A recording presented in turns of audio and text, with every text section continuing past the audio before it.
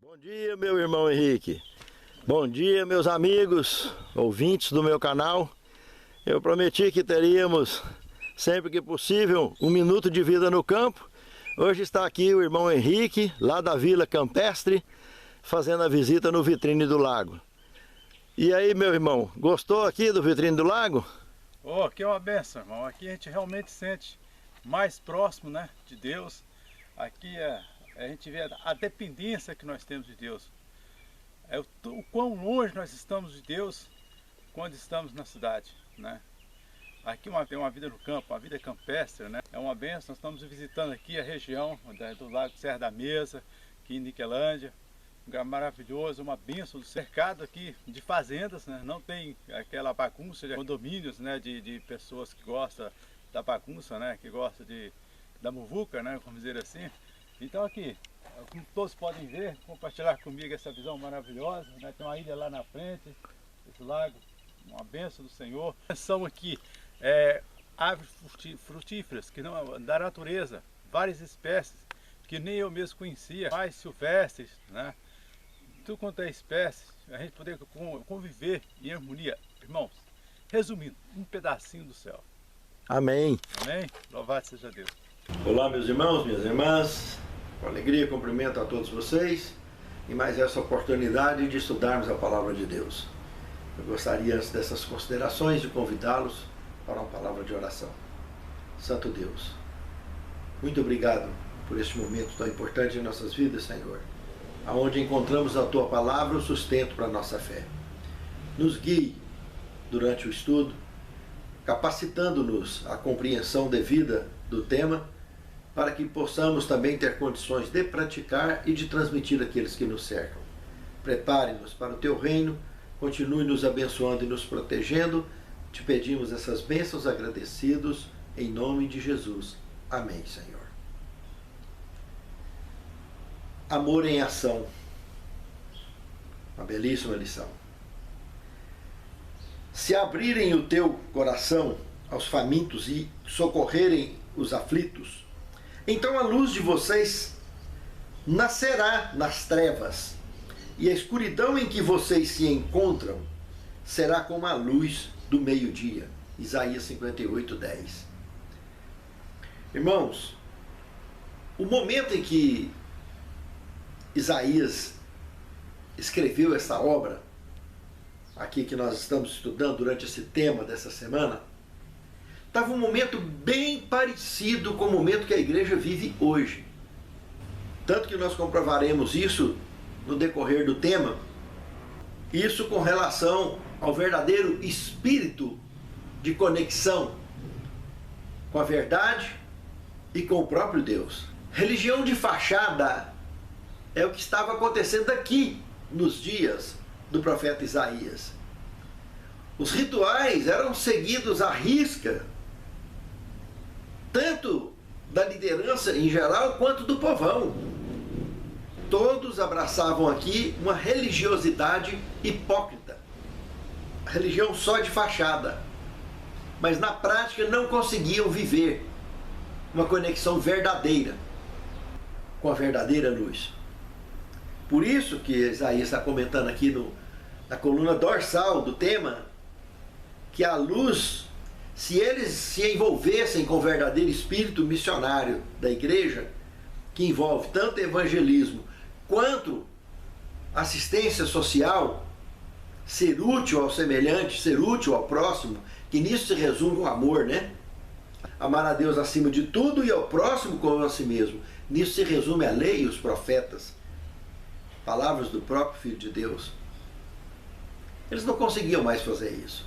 Literalmente, a religião deles virou um senso ritualístico sem a menor conexão de fato com a verdadeira fé. O reino de Judá aqui nesse momento vivia uma crise tanto existencial quanto espiritual terrível. Justamente por esse motivo, o profeta aponta que eles estavam no meio de uma escuridão, mas que bastasse viver uma religião verdadeira que envolve amar a Deus acima de tudo e o próximo como a si mesmo, em verdadeiro serviço a essa causa missionária, pessoal e congregacional. Se isso acontecesse, seria como o sol ao meio-dia, brilhando no meio dessas trevas. Imagine meia-noite virar meio-dia. É isso que o texto está falando aqui. É o que aconteceria na vida dos cristãos que se conectassem de fato e não ficassem numa religião só de fachada, que leva a uma morbidade fatal, letal na história de nossa fé. E outra coisa, por causa dessa natureza terrível, por causa desse tipo de egoísmo, a distância entre os mais necessitados e os menos necessitados, entre os mais ricos e os mais pobres, ficava maior a cada dia, por causa do egoísmo.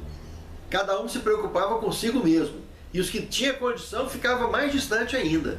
A miséria, frente à crise que o Judá já vinha passando, pelos cercos que vinha sofrendo já há muitos anos, por causa da sua apostasia que já se arrastava há anos, estava já fazendo com que a miséria mostrasse os seus dentes à nação judaica. Isso é muito triste, porque além de não ter conexão, não ter intimidade, não ter uma unidade fraternal entre os membros da congregação, agora saber que uma maior parte da congregação estava convivendo cara a cara com a miséria. E o amor em ação seria a única solução para essa grande crise que Judá estava enfrentando, não diferente do que a igreja enfrenta hoje. Pense nisso, amado irmão. Pense nisso, amado irmão. No segundo tema, comprar de graça. Exatamente. O que temos em Isaías 55, de 1 a 7, se trocarmos em miúdos, nós veremos que é a mesma mensagem de Apocalipse 3, 18 a 19. Observe que na mensagem aqui do profeta Isaías é comentado: todos vocês, vêm que têm sede, venham às águas, e vocês que não têm dinheiro, venham, comprem e comam. Irmãos, Jesus não se identificou como o pão da vida? Jesus não se identificou como a água viva que desceu do céu? Que aquele que tomar dessa água vai jorrar no peito uma fonte para a vida eterna. Lá no Apocalipse, capítulo 3, versos 18 e 19, não está falando exatamente isso. Eu te aconselho que de mim compres ouro provado do fogo, para que te enriqueças. Vestes brancas para que cubra a tua nudez e não veja a tua nudez, e colírio para os seus olhos. A mensagem da salvação pela graça, irmãos. A mesma mensagem de Gênesis 3,15, onde mostra que a inimizade entre a serpente e a sua descendência e a mulher e a sua descendência, a divisão entre a graça e a desgraça. Os que abraçarem os verdadeiros princípios da igreja verdadeira, que envolve o amor a Deus acima de tudo e o próximo como a si mesmo, um espírito missionário ativo de envolvimento com a causa, eles farão parte do exército que sempre estará vencendo a serpente. E do contrário, infelizmente, a mesma verdade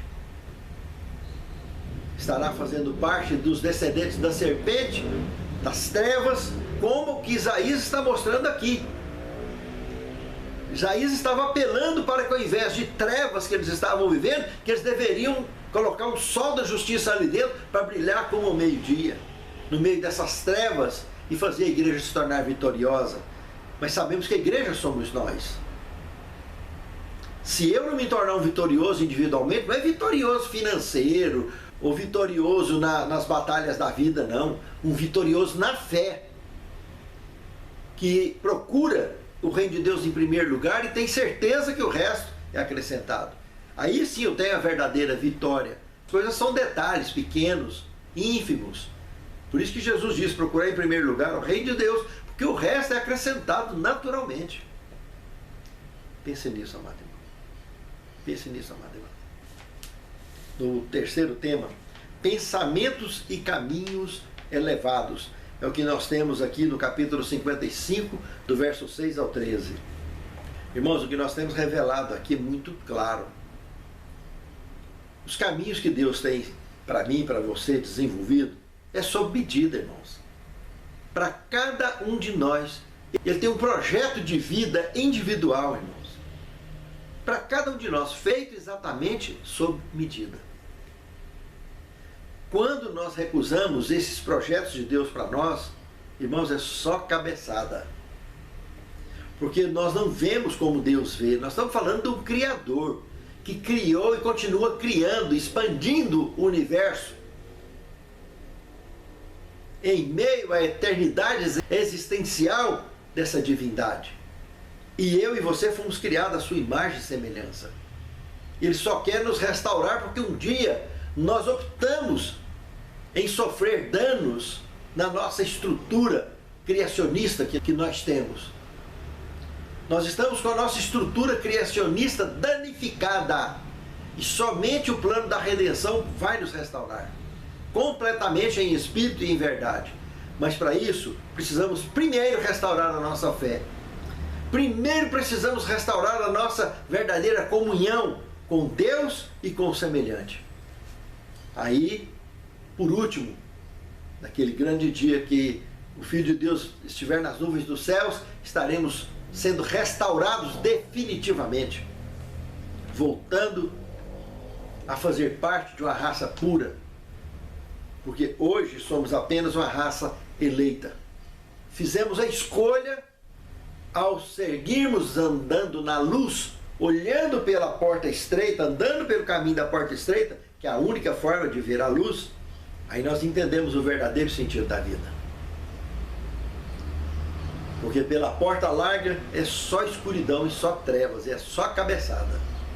Porque olhamos com olhos mortais, que são míopes, está tomado de cataratas mundanas. Agora, quando olhamos através da porta estreita, nós olhamos com um telescópio e conseguimos ver muito distante, num universo infinito. E temos a certeza que esse Criador maravilhoso, que expande esse universo, voltará de fato para nos buscar. Para que onde Ele estiver, nós estejamos também. Pense nisso, amado irmão. É muito sério. Porque a palavra de Deus está repleta de mistérios compreensíveis, porém selados para muitos olhos. Principalmente os olhos daqueles que querem viver a religião como os judeus que estavam vivendo aqui nos dias do profeta Isaías. E não conseguiam nem entender o que ele estava falando, e não foi à toa que dentro de alguns anos, Babilônia cercaria e destruiria Jerusalém. E eles seriam levados ao cativeiro, onde passariam 70 anos de cativeiro e mais 80 numa nação estrangeira. 150 anos fora da sua terra. A maioria da população judaica. Pense, irmãos, que coisa mais grave, que coisa mais séria. Ter pensamentos e caminhos elevados são os conselhos que o profeta Isaías deixou para aqueles dias, na sua igreja, no seu povo, e é o mesmo que Deus deixou através do profeta Isaías naqueles dias, deixa para nós hoje, que somos membros da igreja de Laodiceia hoje, o 7º período da igreja cristã sobre a face da terra, para que aprendamos a nos desligarmos dessa mornidão tão terrível que acometeu os dias do profeta Isaías e continua acometendo a igreja hoje, e mantendo as pessoas travadas, sem o menor discernimento das coisas que estão acontecendo de fato no mundo, promovida pelo príncipe das trevas, representada pelo grande dragão, e não conseguem tomar providências para viver a verdadeira fé, fazer os verdadeiros preparativos, para que assim que a crise desencadear, porque nós estamos vivendo um momento de crise mundial, irmãos. E como que as pessoas conseguem ficar desligadas quanto a isso? Não conseguem perceber a realidade que nós estamos enfrentando. Por causa de mornidão, irmãos. Não são rituais religiosos que vai fazer a gente sair dessa mornidão, mas uma religião prática, resumida em amor. Amor a Deus acima de tudo e ao próximo como a si mesmo. Uma religião com espírito missionário de fato. Pense nisso. É muito sério. Senão não conseguiremos sair desse marasmo que está tomando conta do planeta. E quando o efeito dominó das profecias desencadeado de uma hora para outra, a maioria da congregação perderá o chão debaixo dos pés, porque não prepararam o azeite para as lâmpadas, para a chegada do noivo. Há um conselho bíblico que nós devemos ir para os matos, para aguardar a volta de Cristo lá, quando o assolador mostrasse os dentes. Nós já sofremos uma queda mundial na igreja. A igreja tomou um baque e foi bater no chão. Olha a quantidade de gente que está dentro da igreja hoje, na maioria das igrejas na face da terra, e a quantidade de gente que tinha antes dessa pandemia. Faça um paralelo. Veja se está normal. Não precisa de ser tesoureiro da igreja, em lugar nenhum, para saber que o baque foi grande e continua grande. Porque o patrimônio da igreja, o patrimônio do povo de Deus, será confiscado, irmãos, por um governo mundial. Está aí a crista na cara. Nações se juntando com o espírito pagão, quebrando a economia mundial para dominar como verdadeiros vilões sobre a face da terra. Que Jesus, lá em Mateus capítulo 24, verso 15, chamou a nossa atenção para a profecia do profeta Daniel. Quando o assolador surgir, quem estiver no campo não volte para buscar a sua capa. Irmãos, presta atenção. Nós não estamos enfrentando uma crise de epidemia, que é localizada, mas é pandemia mundial. E os crentes foram proibidos de entrar dentro das igrejas. As igrejas ficaram fechadas durante muito tempo. Foram reabertas depois de quase que quebrada. Os crentes foram proibidos de praticar sua fé em público. Irmã, nós estamos falando de coisas que envolveu a causa de Deus na face da terra. Fiquem atentos, é muito grave isso, irmãos. Se a coisa desencadear de uma hora para outra, você já sabe para onde você vai? Você já tomou providência? Fiquem atentos, irmãos. Em qualquer parte do mundo onde você está, fiquem atentos. Tome providência enquanto é tempo. Não se convença dessa inércia, dessa paradez, como Paulo aconselha em Romanos 12, 11, não sejais vagarosos no cuidado. Tome providência a tempo, irmãos, servindo ao Senhor, para que você, que pertence a alguma família, ou é chefe de alguma família, não venha a entrar numa estrada sem chão, debaixo dos pés, ainda carregando a família. Providencie, aonde você estiver na face da terra, procurem se agregar aos verdadeiros cristãos, aqueles que estão buscando, tomando providências de preparar lugar para o povo de Deus. Muitos que ouvem, os que falam o que eu estou falando agora, mesmo da igreja, apesar de pregarmos e crermos no advento, acham a gente com cara de doido. Mas Noé não teve essa mesma imagem? Ló também não teve essa mesma imagem? O mundo antediluviano matou com a população de um planeta, irmãos. Só escapou 4 casais. Ló Uma população enorme de Sodoma e Gomorra foi dizimada por completo, irmãos. Só escapou Ló e 2 filhas. E Jesus comparou esse momento que nós estamos enfrentando agora nos nossos dias, que aproximamos da volta do Senhor, comparou isso com os dias do dilúvio. Ele comparou com Sodoma e Gomorra. Fiquem atentos, irmãos. Não vacile. Nós não estamos falando de crise localizada, não. Nós falamos de crise mundial, irmãos. E a cada dia que passa, por essa crise imposta, a economia está quebrando. E quando ela quebra, aqueles que estão dominando a economia vai dominar o povo também. Por que a Pena Inspirada fala que as obras de Deus será terminada pelos leigos? Será por quê? Porque não vai ter mais obra efetiva sobre a face da terra, obra paga, patrimônio, porque tudo será confiscado, irmãos. Pequenas propriedades lá no meio dos matos, ainda que se confisque a propriedade em si, mas o povo não vai ser perturbado lá com tanta frequência como será nas grandes cidades e nas pequenas cidades. Porque sabemos pela profecia que ninguém vai poder comprar ou vender, senão aquele que fizer compromisso com esse governo mundial. Fiquem atentos, irmãos, é muito sério as advertências da palavra de Deus. E que Deus abençoe que eu e você e os nossos lares representados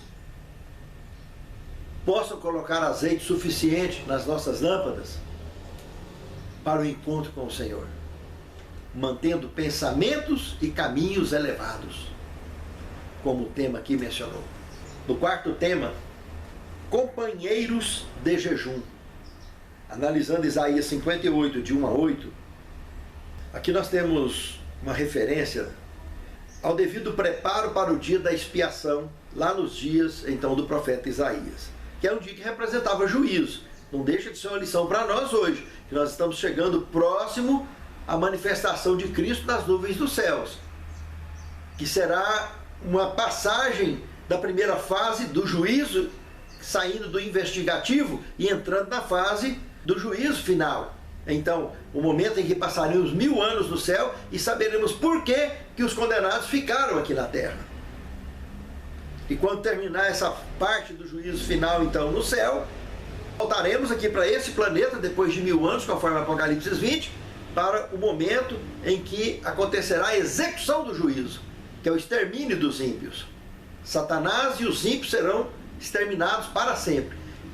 Após o milênio, eles serão ressuscitados para receberem o veredito do divino Criador e receberão a sua punição definitiva, o extermínio. E aí terá um novo céu e uma nova terra, onde habita a verdadeira justiça. Então existe um paralelo muito grande entre o que o dia da expiação anunciava, que no dia 30 do 6º mês do calendário hebreu, acontecia um toque de trombeta que avisava todo mundo para iniciar um jejum congregacional, aonde dentro de 10 dias aconteceria então o dia famoso da expiação, que é no dia do juízo em si, em que o santuário seria espiritualmente e literalmente purificado pela manifestação da glória de Deus. E pessoas com pecados não perdoados nem deveriam ali comparecer, para não serem extirpadas, como foi Nadab e Abiú, os filhos de Araão.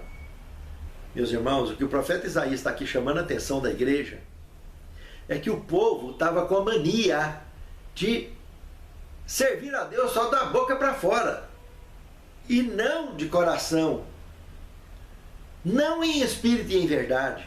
Tanto é verdade que lá no capítulo 29, verso 13, observe nesse texto aqui do profeta Isaías, que Jesus usa esse texto, Isaías 29, 13, lá em Mateus capítulo 15, verso 8. Vocês, como disse o profeta Isaías, vocês me honram só com os lábios, mas o coração de vocês está longe. Ezequiel 33, 31 também, o profeta Ezequiel usa uma expressão semelhante nos seus dias. Ezequiel já foi contemporâneo de Daniel, já estava bem lá na frente, bem depois do profeta Isaías, e usou essa expressão também. O profeta Ezequiel nos dias aqui de Ezequiel, estava comentando que eles honravam a Deus só com os lábios, mas o coração deles só visava lucro. Ou seja, lembra que eu comentei logo no início que a miséria já estava mostrando os dentes aqui nos dias do profeta Isaías? Imagina nos dias do profeta Ezequiel, irmãos. A miséria estava tão grande que era uma coisa estúpida. O povo estava passando fome, a maioria da população. E até os sacerdotes, sumos sacerdotes, a monarquia de Israel estava apaixonada no egoísmo, em altos lucros. E quanto mais gente dessa natureza se expressava no meio da nobreza judaica, mais miséria aparecia no meio do povão.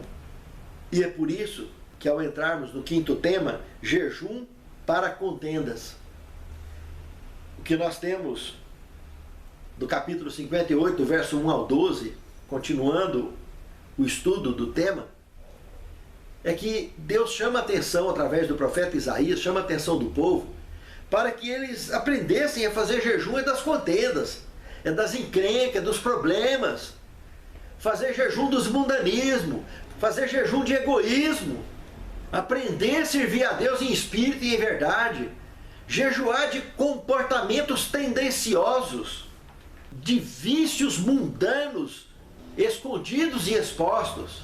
Irmãos, para uma pessoa arrogante, que era a maioria aqui dos dias em que viveu o profeta Isaías, nem se fala até chegar nos dias em que Babilônia cercou Jerusalém, era tão grande a arrogância que para qualquer arrogante falar em ser humilde era o pânico da morte. Descer da plataforma do nariz empinado que eles viviam e ser uma pessoa humilde para andar no meio do povão, fazer visita em hospital, bater na porta dos outros convidando para campanhas evangelísticas, nem se fala no meio da pandemia, né? Ah, mas é loucura. Meus amados, era isso que o povo de Deus estava enfrentando naqueles dias. Uma pandemia espiritual absoluta. Hoje, a pandemia de fato que nós temos enfrentado, por acaso não trouxe junto a pandemia espiritual? Por acaso não está vivendo uma crise existencial muito grande, de pessoas que só honram com os lábios, mas não se envolvem na causa? Fica só nas costas dos coitados, dos responsáveis pela ação missionária nas igrejas, e que acaba ficando sozinho na maioria das vezes, arrastando uma cruz que a igreja inteira deveria estar carregando. O responsável pela ação missionária da igreja local acaba carregando isso sozinho o ano inteiro, porque a igreja não consegue se envolver com isso. A obra de evangelismo foi deixada para a igreja, irmãos. E se nós não nos envolvermos com ela, como evangelizaremos o mundo? Ou seja, como que nós veremos o mundo sendo salvo? Como que nós assistiremos os inalcançados serem alcançados? Por isso Deus chama a atenção aqui, para dar atenção para os pobres, visitas viúvas, aos órfãos, cuidar da assistência social na igreja com amor e com carinho. Quando for lá no guarda-roupa, saber que tem alguém sem vestir lá na igreja. Os pobres que a assistência social busca atender, tem alguém sem calçado, tem alguém passando fome, que às vezes está lá sentado na sua unidade, está com fome e você não sabe, está faltando uma medicação, você não sabe, porque você não se envolve mais, está anestesiado, está tão morno espiritualmente e às vezes até frio, que está perdido dentro da igreja. E por isso o profeta Isaías estava chamando a atenção do povo, que seria a única forma deles se livrarem dessa mornidão apóstata que Judá estava vivendo naqueles dias. E que lamentavelmente foi um clamor perdido aqui nesses dias, porque poucos escaparam, para que de fato pudesse amanhã surgir ainda o Messias nessa descendência. Irmãos, que Deus abençoe a mim e a você, que eu e você possamos, pela graça de Deus, rompermos essas barreiras. Ainda que sejamos vistos como doidos, ou como pessoas que o juiz não está batendo, como foi Noé visto, como foi João Batista visto, como foi Ló visto nos seus dias, não importa. O importante é que amanhã, quando Jesus vier nas nuvens dos céus, eu e você estaremos com as nossas lamparinas derramando, transbordando do óleo do Espírito Santo. Pense nisso, amado irmão. Pense nisso, amada irmã. No sexto tema, um tempo para nós. Estendendo ao verso 13 e 14 do capítulo 58, Deus aqui está chamando uma atenção especial de um dia que Ele criou para que eu e você estivéssemos reunidos com Ele. Um dia para que os nossos pensamentos se desconectassem do mundo. A nossa rotina do mundo se desconectasse. Quem criou tudo em 6 dias, do primeiro ao sexto dia, foi esse Criador, não foi eu e nem você. Quem pediu para que esse dia, o sétimo dia, o sábado, fosse separado para eu e você convivermos com Ele? Porque o sábado foi feito por causa do homem, e não o homem por causa do sábado. Para que nós pudéssemos de fato descansar e adorarmos a Deus em espírito e em verdade e comungarmos uns com os outros. É um dia diferente, irmãos. Deveria ser assim, e não um sábado morto, coisa que está em muita evidência há muitos anos no meio do povo de Deus. O verdadeiro sentido do sábado foi perdido pela maioria. As pessoas não têm uma devida conexão com a palavra para entender essa mensagem de adoração e de convivência familiar, espiritual e congregacional. Uma relação com o mundo diferente do cotidiano que nós temos nesse dia aqui. Por isso que a promessa é muito profunda aqui, se nós desviarmos o pé de transgredir o sábado, de até de pensar nossos próprios pensamentos, de ter uma forma diferente de conexão nesse dia, de estar totalmente envolvido com a luz e com a obra da luz, que é envolvido com o evangelismo, é envolvido com a ação missionária, com visitas missionárias. Um dia diferente, porque Ele deu 6 dias para nós e pediu só um para Ele. E não se esqueça que esses 10 mandamentos, relatados em Êxodo capítulo 20, de 3 a 17, lá em Êxodo 31, verso 18, comenta que ele foi escrito pelo dedo de Deus em tábuas de pedra. Irmãos, já existia a escrita normal, feita em papiros aqui nesses dias. Não precisava de Deus ter escrito em tábua de pedra. É a única parte da Bíblia que foi escrita em tábua de pedra, irmãos, pelo dedo de Deus, mostrando uma simbologia de eternidade, irmãos. E tanto isso é verdade que em Apocalipse 11, 19, mostra a arca de Deus, essa arca que tinha aqui na terra, estava no santuário, até antes de Babilônia destruir Jerusalém, ela foi recolhida e levada para o céu. Está aí nesse texto. Confira para você ver. E foi vista a arca no céu. E lá dentro dessa arca tem essa tábua dos 10 mandamentos. Essa tábua escrita pelo dedo de Deus. Dentre outros utensílios que também estão dentro dessa arca. E ela está lá como um testemunho, que ela é a arca do testemunho para todas as gerações que pisaram na lei de Deus. Nós não somos salvos pela lei de Deus, nós não somos salvos por religião nenhuma e nem pela Bíblia. Nós somos salvos pela graça de Deus, que é a mensagem que nós estamos estudando essa semana, durante esse tema. A mensagem que foi pregada lá no Gênesis 3,15, a divisão entre graça e desgraça, lembra? Por isso que nós estamos chegando a um momento que essa porta da graça vai fechar e o planeta então conhecerá a desgraça aberta, com 7 pragas caindo sobre a face da terra. Pragas essas que não atingirá, nem um cachorro do povo de Deus vai mover sua língua. Foi nas 10 pragas do Egito. O povo de Deus será poupado. E esse dia da ira de Deus, mencionado em Apocalipse 18, verso 8, o dia da ira de Deus, o dia que cairão as pragas, vai ser num ciclo de 24 horas, está aí, não foi eu que escrevi. E esse dia é o primeiro dia do milênio, que também é literal. Se o milênio é literal, tudo nele é literal.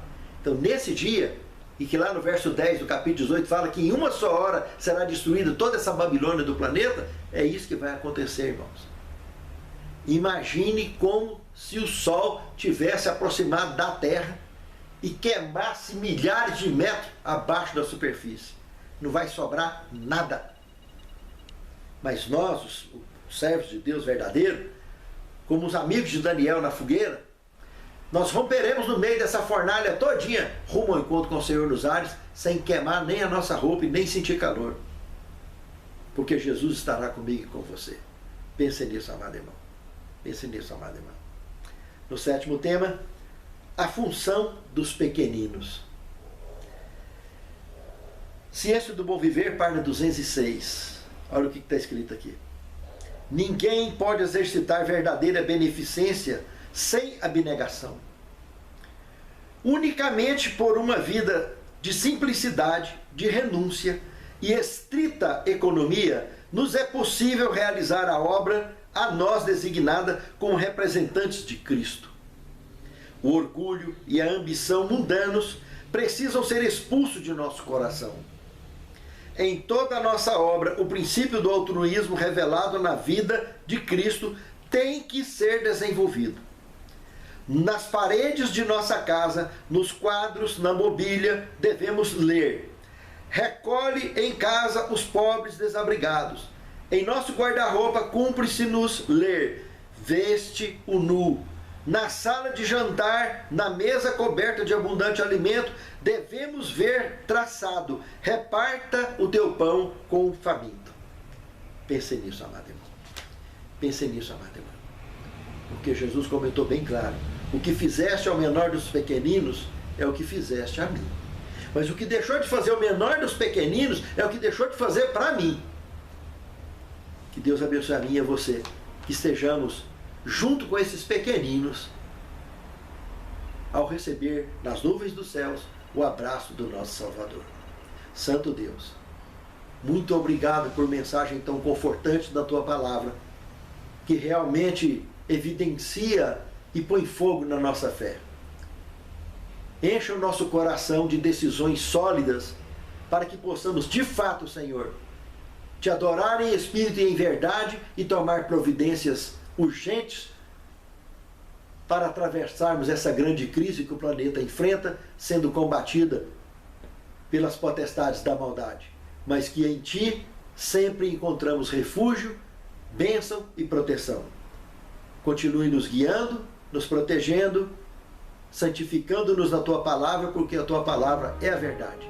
É o que te suplicamos agradecidos, em nome de Jesus. Amém.